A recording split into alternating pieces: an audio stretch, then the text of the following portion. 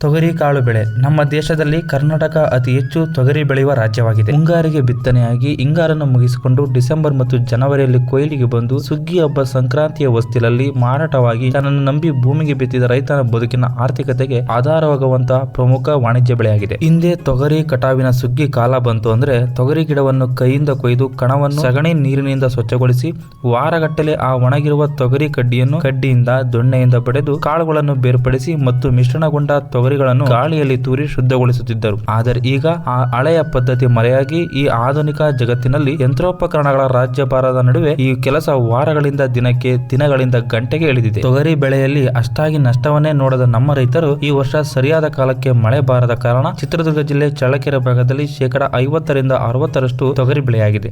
ಸದ್ಯದ ಮಾರುಕಟ್ಟೆಯಲ್ಲಿ 7,000 ರಿಂದ 7,500 ಪ್ರತಿ ಕ್ವಿಂಟಲ್ ದರಕ್ಕೆ ಮಾರಾಟವಾಗುತ್ತಿದೆ.